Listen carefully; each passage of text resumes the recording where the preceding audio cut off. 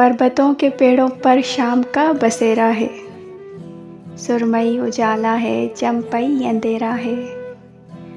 दोनों वक्त मिलते हैं दो दिलों की सूरत में। आसमान ने खुश होकर रंग सा बिखेरा है।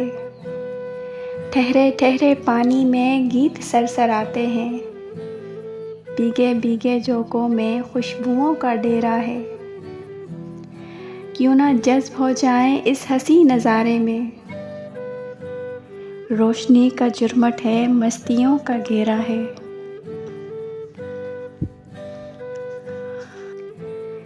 ये जुल्फ अगर खुल के बिखर जाए तो अच्छा, इस रात की तकदीर संवर जाए तो अच्छा।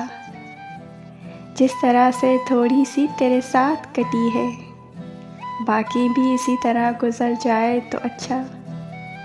दुनिया की निगाहों में बुरा क्या है भला क्या, ये बोझ अगर दिल से उतर जाए तो अच्छा। वैसे तो तुम ही ने मुझे बर्बाद किया, इल्ज़ाम किसी और के सर जाए तो अच्छा।